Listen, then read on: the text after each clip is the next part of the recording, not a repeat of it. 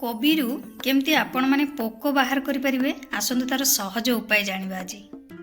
आपण जदि पोक भय हेतु कोबी खाउना हंती तेबे फूलकोबीर प्रत्येक कोणरे लुचि रहितबा पोक को बाहर करिवार सहज उपाय आसंतु जानिबा।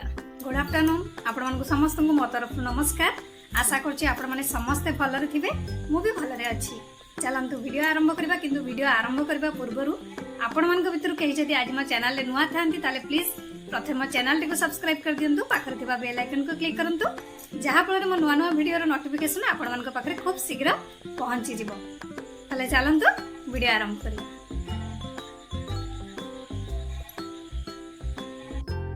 अनेक लोक कोबी खाती ना कारण एथिरे कीट पतंग थाए। कोबी फूलर आकृति एपरी जे एथिरे लुचि रहिथिबा कीट दृश्यमान हुए नाही। अनेक थर पोक कोबी रंगर मध्य होइथाए एवं चिन्हिबा एवं बाहर करिबा कष्टकर होई जाय। विशेष करी कोबी पोक गुड़िक अत्यंत विपज्जनक बोली विवेचना करा जाय। कुहा जाय जे एही पोक सीधा मस्तिष्क को जाए एवं केबे भी ये मरी जाए नाही। जदि आपण मध्य एही भय जोगु कोबी खाती नाही तेबे आसंतु आज आमे बहुत सुंदर उपाय गोटे जानिबा, जोटा कि आपण माने अप्लाई करी पोक आराम से कोबीरु बाहर करि परिबे। अधिकांश पनीपरिबारु कीट बाहरी थाए, किंतु फूलकोबी एवं पत्र भितरे लुचिकी रही जाए। भल भाबरे धोइबा परे मध्य पोक बाहर को आसे नाही। एथिपई आपण कोबी को छोट छोट खंडरे भल भाबरे काटिबा जरूरी।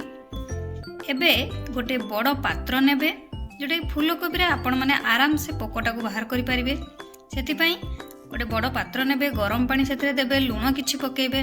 तापरे कोबी को एही पानी रे 10 रु 15 मिनिट पर्यंत टिके भिजेई के छाड़ी देबे। जो कारणरू डिहाइड्रेशन हेतु कोबी भितरे फसी रहितबा समस्त पोक सहजरे बाहर को आसीबे, नहेले मरी जिवे।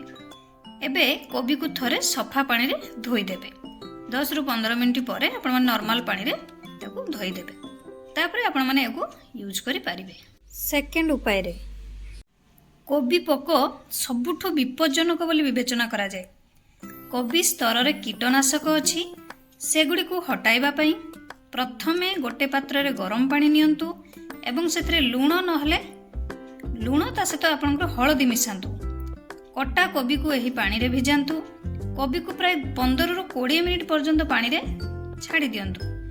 कोबी को सफा पानी रे तापरे भल भाबरे धोई पनीपरिबा हिसाब रे आपण माने को यूज करि परिबे। आशा करछि आपण मानकु वीडियोटी भल लागिथिबो, आपण मान पई बहुत हेल्पफुल भी मध्ये हेतिबो। जदि भल लागि थाए ताले नियाति लाइक कमेंट शेयर सब्सक्राइब करि देबे। मते ताले विदाय दियंतु, पुणी देखाओ नेक्स्ट वीडियो रे। नमस्कार।